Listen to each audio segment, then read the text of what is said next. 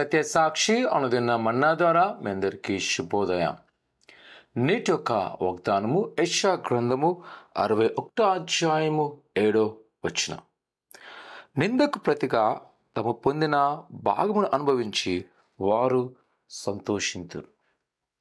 ప్రియకుమార కుమార్తె, అనేక మార్లు యెషయా గ్రంథం యొక్క సందర్భాన్ని మనము తెలుసుకొని ఉన్నాం. నేటి యొక్క 61వ అధ్యాయ సందర్భం ఆలోచించినట్లయితే, యూదా ప్రజలు బబులోను చెరలోకి వెళ్ళిన తరువాత వారు తిరిగి దేవుని వైపు తిరిగినప్పుడు, ఆయనకు ప్రార్థన చేస్తూ ఆయన అడుగుతున్నప్పుడు ఆయన అంటున్న మాట, మీరు అనుభవించిన ఎందుకంటే ప్రతిగా నేను మిమ్మల్ని రెట్టింపైన ఆశీర్వాదంతో నింపెదను. ఆయన విడిచిపెట్టే దేవుడు కాదు. మన శ్రమలో, మన కొదువులో, ఆటంకాల్లో ఆయన వెలివేసే దేవుడు కాదు.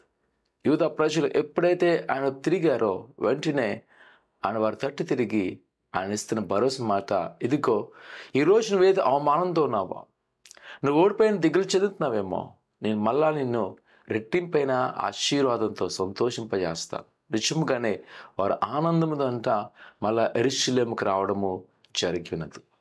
ప్రియకుమార కుమార్తె, ఈ ఉదయకాల సమయంలో నిన్ను కలవరపరిచే అనేకమైన పరిస్థితులు ముందున్నాయా?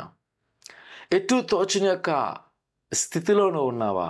భయపడక, ఆందోళన చెందక, ప్రభువైన యేసు మనకు సహాయకుడు.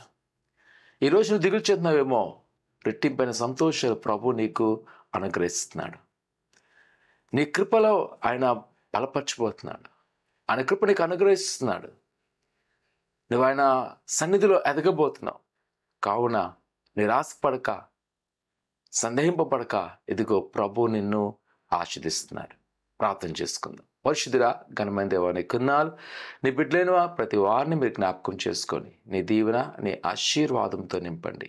దేవాని కృపాక్షములతో నింపి అయినా ఎవరి జీవితంలో ఎలాంటి యొక్క శోధనలో సమస్యలు ఉన్నారో వారిని మీరు విడుదల చేసి నీ దీవెన, నీ ఆశీర్వాదం నింపండి.